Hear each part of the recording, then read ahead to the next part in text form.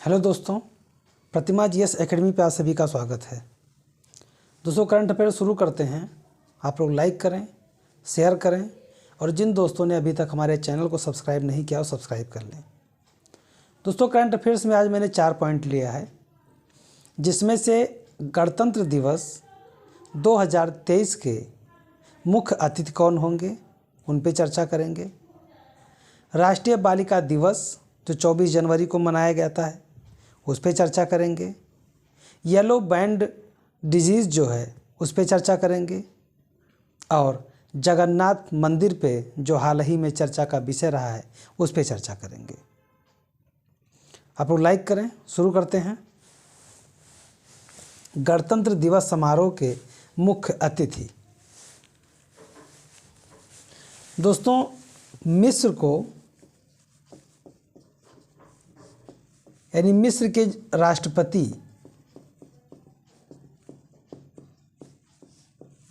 राष्ट्रपति इस बार 74वें गणतंत्र दिवस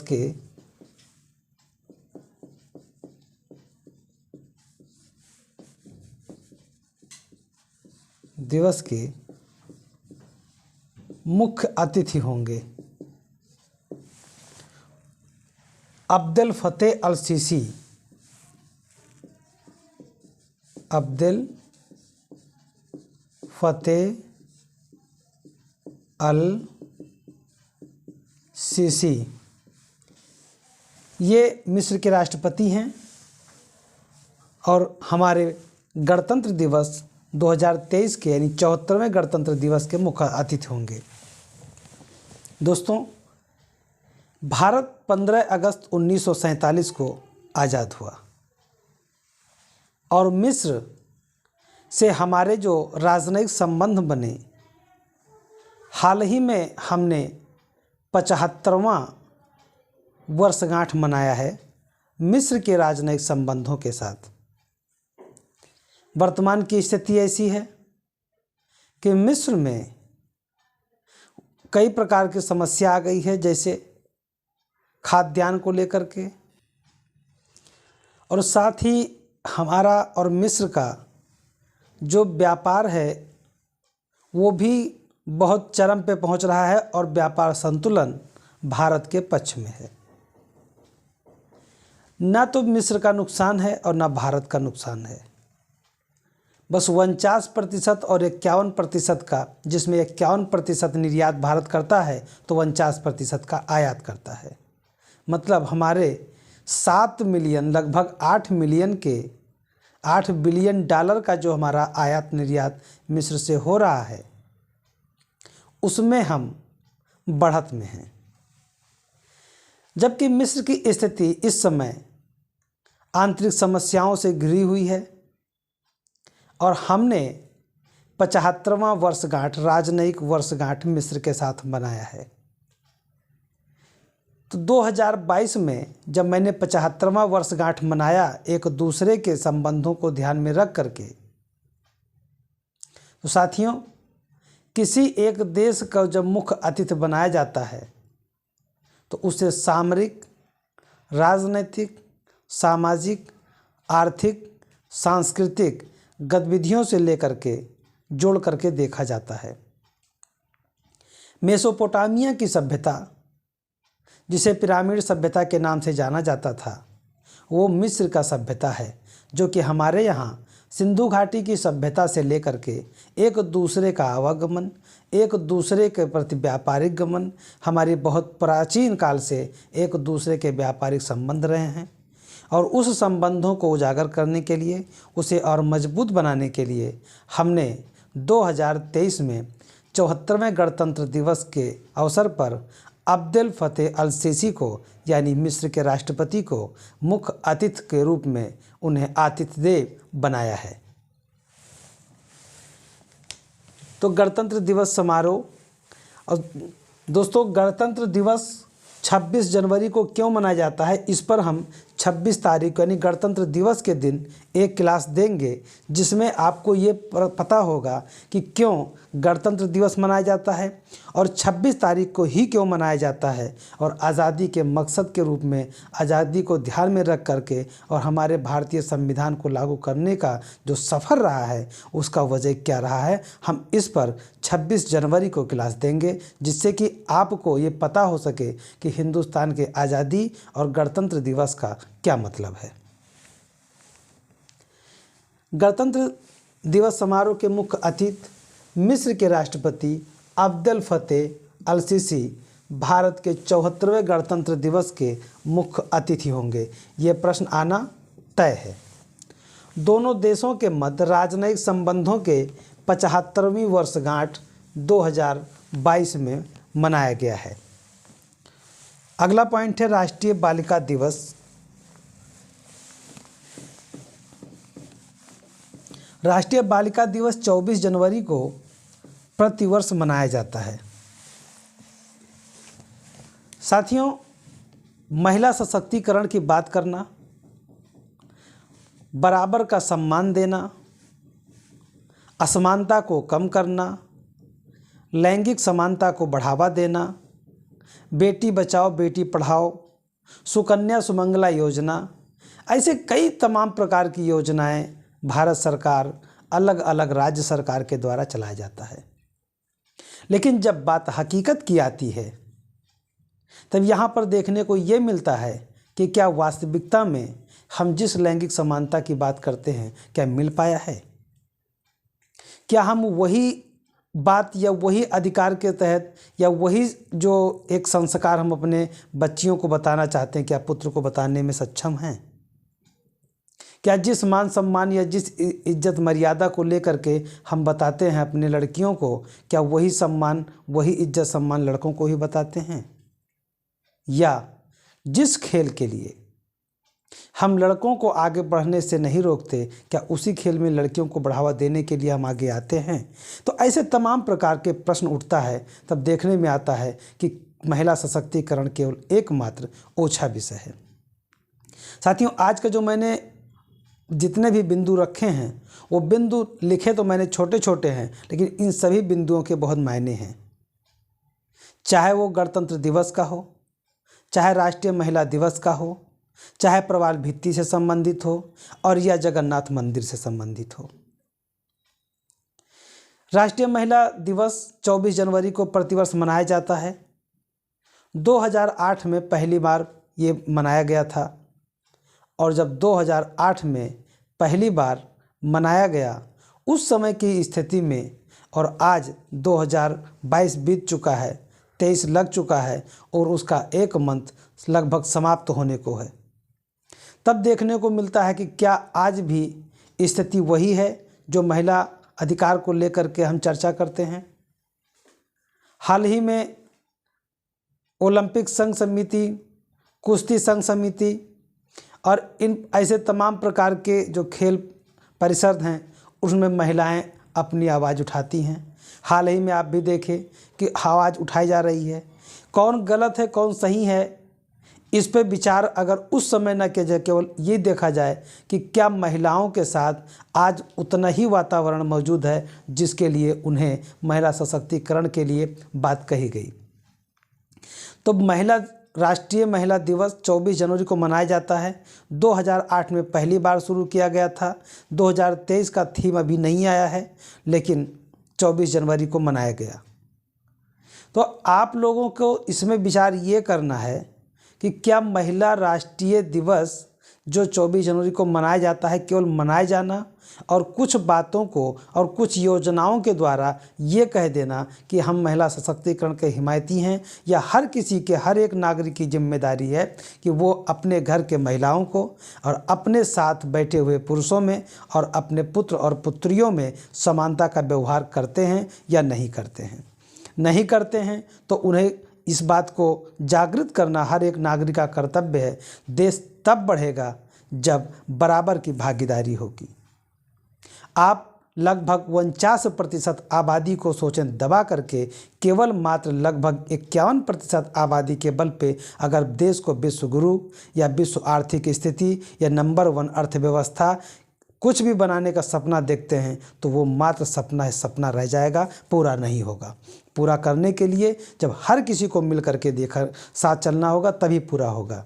विकसित देश हों, विकसित देशों में चाहे वो जापान हो, अमेरिका हो, ब्रिटेन हो, फ्रांस हो, जर्मनी हो या कोई भी ऐसी कंट्री हो जिसके आगे विकसित का टैग लगा है और वहाँ पे महिला अधिकारों को हनन हो रहा हो, संभव नहीं है।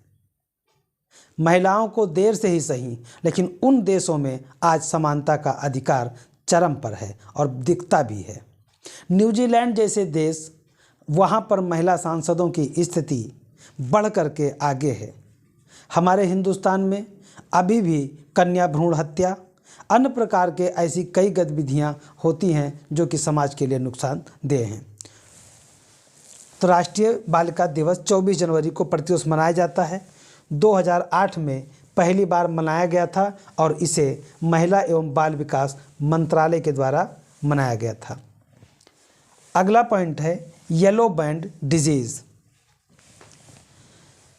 प्रवाल भित्ति, जहाँ पे प्रवाल एक समुद्री घास के रूप में जाना जाता है, जैव विविधता के लिए जाना जाता है, लेकिन हाल ही में थाईलैंड के एक क्षेत्र में देखा गया है कि वहाँ की जो प्रवाल भित्ति है वो पीली बीमारी से यानी येलो बैंड डिजीज से ग्रसित हो गई है और इसमें ये माना जा रहा है कि उसे किसी भी रूप में बचाया जाना संभव नहीं है। ये प्रदूषण, जलवायु परिवर्तन, इसके एक ऐसे दूषक के रूप में देखा जाता है, कैसे परिचायक के रूप में देखा जाता है कि जो प्रवाल भित्तियाँ अब नुकसानदेह बनती जा रही हैं या किसी डिजीज़ से, जैसे येलो बैंड डिजीज़ का जो है उस पर प्रभाव देखा जा रहा है, वो किसी भी रूप में अभी तक सही करने योग्य नहीं है। येलो बैंड डिजीज़ थाईलैंड के, ध्यान रहे, देश थाईलैंड के प्रवाल येलो बैंड डिजीज़ से प्रभावित हो रहे हैं, प्रवाल हो रहे हैं। थाईलैंड के पूर्वी तट पर स्थित लोकप्रिय पर्यटन शहर पटाया में के पास पाई गई है। ये जो येलो बैंड डिजीज़ है ये थाईलैंड में पाया गया है और थाईलैंड के एक पर्यटन शहर है पटाया में पाया गया है। तो आपको ये ध्यान रखना है येलो बैंड डिजीज़ किसके लिए है, तो ये प्रवाल भित्ति के लिए है। प्रवाल भित्ति जैसे मान लीजिए ज़मीन के जल के अंदर ऐसे प्रवाल भित्तियाँ बनी हुई हैं, ऐसे प्रवाल भित्ति है, तो इस पर पीले पीले पीले पीले चकत्ते पड़ गए हैं, एकदम काई की तरह पीले पीले चकत्ते पड़ गए हैं और यहाँ पर अब किसी प्रकार का ना तो इनको ऑक्सीजन मिल पाता है और ना ये मृत्यु होते जा रहे हैं। तो इसलिए आपको याद रखना है कि येलो बैंड डिजीज़ थाईलैंड के पटाया शहर में देखा गया है। अगला जो सबसे महत्वपूर्ण प्रश्न ये है उड़ीसा का जगन्नाथ मंदिर। अभी हाल ही में उड़ीसा के राज्यपाल गणेशी लाल, श्रीमान गणेशी लाल ने समर्थन दिया है कि हम पुरी के जगन्नाथ मंदिर में विदेशियों के प्रवेश का समर्थन करते हैं। कहा जाता है कि उड़ीसा का जगन्नाथ मंदिर जो कि सिंह द्वार प्रवेश यानी कि मुख्य जो द्वार है वहाँ का सिंह द्वार कहलाता है और उस पर साफ साफ लिखा है कि केवल हिंदुओं के लिए प्रवेश की अनुमति है। इसका तात्पर्य है कि किसी अन्य धर्म के लोगों को बाहर से देखने की तो अनुमति है मंदिर की, लेकिन गर्भगृह जैसे स्थानों पर जाने के लिए अनुमति सिर्फ हिंदू को है। 1984 में इंदिरा गांधी को भी अंदर जाने से मना कर दिया गया था। उस समय वो तत्कालीन प्रधानमंत्री थीं और उन्हें इसलिए मना कर दिया गया था क्योंकि उन्होंने फिरोज गांधी अर्थात एक पारसी से विवाह किया था और उस मंदिर के प्रांगण में जाने से इंदिरा गांधी जी को रोक दिया गया। उसके बाद 2005 में थाईलैंड की राजकुमारी जब हिंदुस्तान का दौरे पे आई और उन्होंने भगवान जगन्नाथ के दर्शन करने की इच्छा जाहिर की। लेकिन जो कि वो बुद्धिस्ट थीं और इसलिए उन्हें बाहर से देखने की तो अनुमति मिली, लेकिन अंदर जाने का रोक लगा दिया गया, क्योंकि किसी विदेशी को अंदर जाने से मना कर दिया गया। उसके बाद 2006 में जब स्विस नागरिक, स्विट्जरलैंड का एक नागरिक, उसने जगन्नाथ मंदिर के दर्शन करने के लिए जगन्नाथ मंदिर में बहुत बड़ा दान किया, लेकिन जब उसने अपनी इच्छा जाहिर की कि हम दर्शन करना चाहते हैं तो मना कर दिया गया और कहा गया कि केवल ये हिंदुओं के दर्शन के लिए है और हिंदुस्तानियों के दर्शन के लिए है, विदेशियों को और अन्य धर्मों के लिए इसमें कोई जगह नहीं है। समय समय पर यह विवाद उठता रहा। कहा जाता है कि जब ये व्यवस्था कब किया गया, कब से लागू किया गया, जब किसी विदेशी का यानी खास करके जब तुर्कों का यानी मुस्लिम आक्रमण हुए और उनके आक्रमण से गर्भगृह या अन्य क्षेत्र को क्षतिग्रस्त करने का प्रयास किया गया, तो उस समय के पश्चात केवल हिंदुओं के अनुमति के साथ ही अन्य लोगों की अनुमति पर प्रतिबंध लगा दिया गया। कुछ जगहों पे तो ऐसा मिलता है कि ये जब इसकी शुरुआत हुआ 12वीं सदी में गंग राजा अनंत देव बर्मन साहब ने जब बनवाया, तभी से इस बात को लिख दिया गया था कि यहाँ पर केवल हिंदुओं के लिए अनुमति है, किसी और के लिए नहीं। अब यहाँ पे प्रश्न ये बनता है कि क्या किसी एक मंदिर के प्रवेश से अगर अन्य किसी धर्म को लोगों को आस्था है और वो दर्शन करना चाहते हैं तो क्या इस पर प्रश्न होना चाहिए? क्या उसे प्रतिबंधित कर देना चाहिए, या सर्वे भवन्तु सुखिनः सर्वे सन्तु निरामयाः या सर्वे भद्राणि पश्यन्तु दुर्भावते, यानी सभी लोग सुखी रहें, सभी निरोगी रहें और वसुधैव कुटुम्बकम को ध्यान में रख करके पूरा विश्व को एक परिवार की भांति मानने वाला हिंदुस्तान के मंदिर में अनुमति दे देनी चाहिए। यहाँ पर गणेशी लाल जो राज्यपाल हैं, माननीय गणेशी लाल जी, इन्होंने समर्थन करके मुझे नहीं लगता कोई गलत किया है। इनके समर्थन में विचार करना चाहिए। 12वीं सदी में बने जो चारों धाम का एक अंश है, चारों धाम जिसमें बद्रीनाथ, रामेश्वरम, द्वारिका और पुरी का जगन्नाथ मंदिर आता है, ये उन चारों धामों में से एक स्थल के रूप में जाना जाता है। इसकी अपनी लोकप्रियता है और इस लोकप्रियता को ध्यान में रख करके इसकी सबसे बड़ी लोकप्रियता तो हर वर्ष यानी वार्षिक रूप में जो रथ यात्रा का उत्सव मनाया जाता है, उसके लिए जगन्नाथ मंदिर पूरे विश्व में जाना जाता है।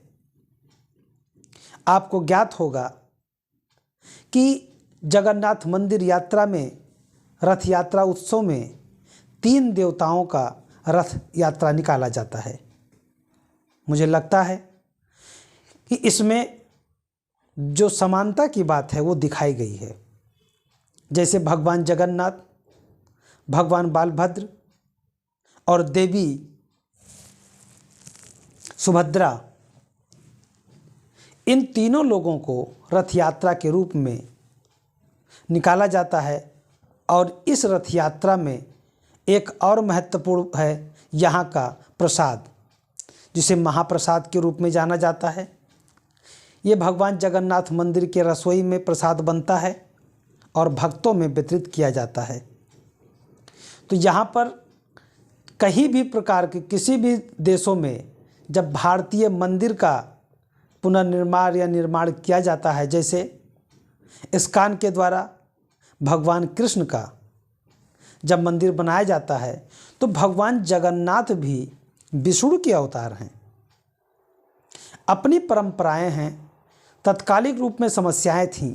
हो सकता है 12वीं सदी में बना हो, तुर्कों का आक्रमण हो रहा था, इसके लिए प्रतिबंधित कर दिया गया हो, लेकिन तत्कालिक में समस्याओं के चलते किया गया प्रतिबंध वर्तमान में उसकी प्रासंगिकता नहीं रह जाती। और ख़ास करके ऐसे देशों के लिए जो पूरा विश्व को एक परिवार मानता हो, उसके लिए हम तो चाहते हैं कि उसे अनुमति देनी चाहिए और गणेशी लाल जी ने समर्थन करके अच्छा किया है। उड़ीसा का जगन्नाथ मंदिर। उड़ीसा के राज्यपाल श्री गणेशी लाल जी ने पुरी के जगन्नाथ मंदिर में विदेशी नागरिकों के प्रवेश का समर्थन किया है और यह सिंह द्वार यानी प्रवेश का मुख्य द्वार जो है उस पर लिखा हुआ है केवल हिंदुओं के प्रवेश की अनुमति है। 12वीं शताब्दी में पूर्वी गंग राजवंश के राजा अनंत बर्मन चोडगंग देव ने उड़ीसा के जगन्नाथ मंदिर को निर्मित करवाया था। जगन्नाथ मंदिर का वार्षिक रथ यात्रा उत्सव पूरे विश्व में मशहूर है और एक पवित्र उत्सव के रूप में जाना जाता है। इसमें 3 देवता भगवान जगन्नाथ, भगवान बलभद्र और देवी सुभद्रा की यात्रा निकाली जाती है। शायद ये बहुत कम लोगों को पता होगा कि 3 यात्राएं किसकी किसकी निकाली जाती हैं। इस मंदिर को सफ़ेद पगोड़ा के नाम से जाना जाता है और यह 4 धामों में से एक है। बद्रीनाथ, रामेश्वरम, द्वारका और पुरी में ही भगवान जगन्नाथ का मंदिर है।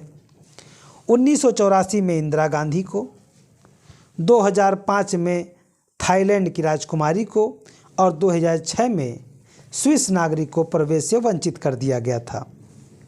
यहाँ का प्रमुख प्रसाद महाप्रसाद के नाम से जाना जाता है, जो मंदिर के रसोई में तैयार होता है, भक्तों को वितरित किया जाता है। तो दोस्तों, मैं अपने क्लास के पे समाप्त करता हूँ। धन्यवाद। जय हिंद, जय भारत।